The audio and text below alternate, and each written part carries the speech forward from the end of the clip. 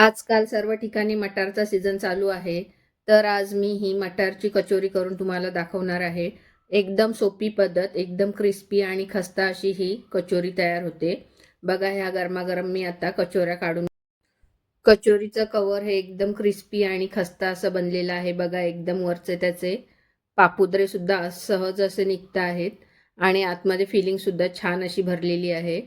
तर आता आपण ही खस्ता कचोरी तयार करणार आहोत एकदम क्रिस्पी आणि सोप्या पद्धतीत. तर त्यासाठी लागणारे साहित्य आता मी तुम्हाला पुढे सांगते.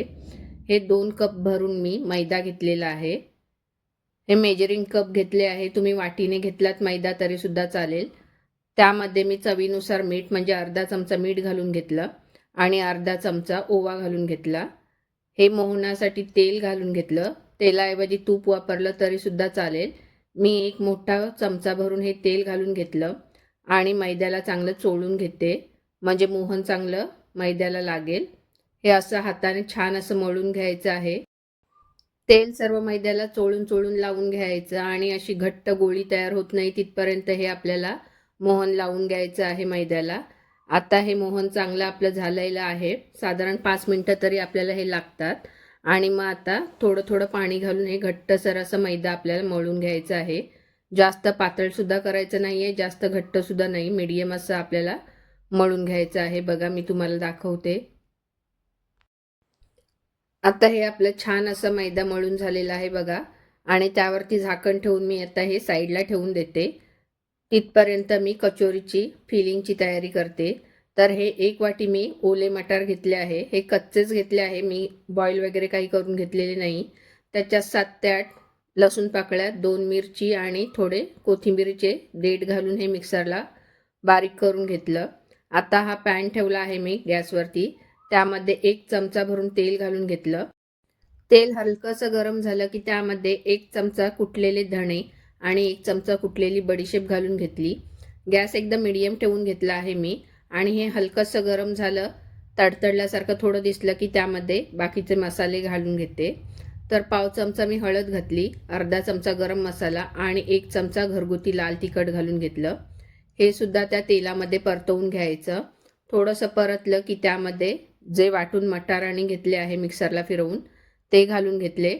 आता हे छान असे मिक्स करून घ्यायचं, म्हणजे त्या मटारचा कच्चेपणा जाईपर्यंत आपल्याला हे गॅसवरती परतवत राहायचं आहे. साधारण 7 ते 8 मिनटं याला लागतात. हे छान असं परतल्यानंतर त्यामध्ये मी चवीनुसार मीठ घालून घेतलं, म्हणजे पाऊण चमचा मीठ घातलं. तुम्ही तुमच्या गरजेनुसार घालू शकता. मीठ घातल्यानंतर छान असं परतवून झालं आणि त्यामध्ये मी आता हा 1 चमचा चाट मसाला घालून घेतला. चाट मसाला घातल्यानंतर ह्याची चव खूप छान येते. आणि हे आता पुन्हा मी हे मिक्स करून घेतलं परतवून छान असं झाल्यानंतर त्यामध्ये एक मोठ्या आकाराचा उकडलेला बटाटा घालून घेतला. हा बटाटा मी किसणीने किसून घेतला. तुम्ही हाताने बारीक केलात तरीसुद्धा चालेल. आता हा किसलेला बटाटा घातल्यानंतर पुन्हा हे सर्व एकत्र करून घ्यायचं. साधारण 4 ते 5 मिनटं पुन्हा हे गॅसवरती गरम करून घ्यायचं आणि गॅस बंद करून घ्यायचा आहे. आता हे छान असं मी मिक्स करून घेतलं आणि गॅस बंद केला. साधारण हे तयार व्हायला आपल्याला 7 ते 8 मिनटं लागतात.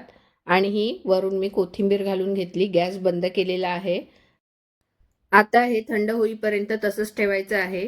थंड झाल्यानंतर याचे छोटे छोटे गोळे तयार करून घ्यायचे आहे, म्हणजे कचोरीमध्ये सारण भरता येईल ह्या आकाराचे आपल्याला तयार करून घ्यायचे आहे. जेवढी आवश्यकता असेल तेवढेच आपल्याला बनवून घ्यायचे आहेत. आणि आता हे मी असे गोळे तयार करून घेतले. हे सर्व तयार करून झाल्यानंतर जे मैदा मळून घेतलं आहे ते घेते. बघा, आता हे मैदा मळलेलं होतं ते 10 मिनटं रेस्टसाठी ठेवलेलं होतं. आता छान असं आपलं हे मैदा तयार आहे. जेवढे पाहिजे तेवढे आपल्याला ह्याचे गोळे तयार करून घ्यायचे, म्हणजे जेवढ्या लहान साईज किंवा मोठ्या साईज आपल्याला कचोऱ्या बनवायच्या तशा याचे गोळे तयार करून घ्यायचे आहेत. आता जेवढे मी आत्ता बनवणार आहे तेवढेच मी हे गोळे तयार करून घेते. बघा, हे असे पेढे तयार करून घ्यायचे, म्हणजे साधारण आपल्याकडे चपाती बनते त्याच्यापेक्षा पण अर्ध्या साईजचे हे गोळे तयार करून घ्यायचे. आणि हे आता जसे मोदक भरतो त्याप्रमाणे किंवा पुरणपोळी भरतो त्याप्रमाणे आपल्याला हे असे वाटी करून घ्यायची आहे आणि त्यामध्ये ते सारण भरायचं आहे. बघा, ही अशी मी वाटी तयार करून घेते आहे. आता ही छान अशी खोलगट वाटी तयार करून झाल्यानंतर ते सारण आपल्याला भरायचं आहे. हे बघा, हे असं सारण भरलं आणि पूर्ण अशी बंद करून घ्यायची. छान वरून असं बंद करून घेतल्यानंतर आपल्याला हे असे गोल करून घ्यायचे आणि चप्पट करायचे आहेत. हातावरती आपण हे असे पातळ करून घ्यायचे, नाहीतर तुम्ही लाटणीने थोडे प्रेस केलात तरी सुद्धा चालेल. मी हे हातानेच केले आणि एका साईडला ठेवून दिले. बाकीचे सर्व मी हे असे तयार करून घेतले. कचोरी बनवताना वरून छान अशी बंद करून घ्यायची, नाहीतर ती तेलात टाकल्यानंतर पसरते, म्हणजे आतमधलं सारण सर्व बाहेर येऊ शकतं. म्हणून पूर्ण अगोदर बंद करायची आणि नंतरच ती हातावरती चपट करून घ्यायची. ह्या अशा प्रकारे मी सर्व कचोऱ्या बनवून घेतल्या. ह्या कचोऱ्या भरून घेईपर्यंत मी गॅसवरती तेल गरम करत ठेवलं होतं पहिलंच. ह्या बघा, अशा सर्व कचोऱ्या मी भरून घेतल्या. वरून छान असं तोंड त्याचं बंद करून घ्यायचं, नाही तर ते असं तेलामध्ये सोडल्यानंतर उघडतं आणि सर्व सारण आहे ते तेलामध्ये पसरतं. हे बघा, अशा प्रकारे मी सर्व कचोऱ्या तयार करून घेतल्या. छान अशा कचोऱ्या तयार होतात. बाजारातून विकत आणून खाण्यापेक्षा आपण घरच्या घरीच अशा प्रकारे नवीन नवीन रेसिपी बनवू शकता. बघा, किती छान आणि सुंदर असे घरच्या घरी पदार्थ बनवून तयार होतात आणि जास्त मेहनतसुद्धा लागत नाही. तर हे आपलं हलकं असं गरम झालेलं आहे तेल. गॅस एकदम मीडियम ठेवायचा आहे, एकदम फुल किंवा एकदम स्लोसुद्धा ठेवायचा नाही.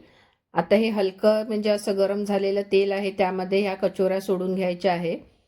पहिला एकदम स्लो गॅसवरतीच आपल्याला हे फ्राय करून घ्यायचे आहेत. बघा, थोडं थोडं आता याला बुडबुडे यायला लागले आहेत. आता हे चमच्याने हलक्या हाताने फक्त सोडून घ्यायचे आहेत, परतवायचे नाही आहेत. हे बघा, साधारण 5 मिनटं तरी असेच आपल्याला हे ठेवायचे आहे. 5 मिनटानंतर मी हे परतवले. आता हे पलटल्यानंतर पुन्हा आपल्याला 5 मिनिट असेच सोडून ठेवायचे. खस्ता आणि कुरकुरीत होण्यासाठी आपल्याला हे एकदम स्लो गॅसवरतीच फ्राय करायचे आहेत. कचोरीची वरची पारी थोडी जाड असल्याकारणाने आपल्याला हे फ्राय होण्यासाठी 10 ते 12 मिनटं लागतात. एकदम स्लो गॅसवरतीच आपल्याला फ्राय करून घ्यायचे आहेत, तर ते खस्ता आणि कुरकुरीत होतात. तर अशा प्रकारे हे 10 ते 12 मिनिटांनी आपले कचोऱ्या तयार झाले. बघा, आता अशा प्रकारे मी बाकीच्या सुद्धा कचोऱ्या फ्राय करून घेतल्या. एकदम सुंदर अशी ही रेसिपी बनते. जर का माझ्या रेसिपी आवडत असतील तर माझ्या चॅनलला लाईक करा, शेअर करा आणि सबस्क्राईब करा. रेसिपी पूर्ण बघितल्याबद्दल धन्यवाद. नक्की तुम्ही सुद्धा अशा प्रकारे कचोरी तयार करून बघा.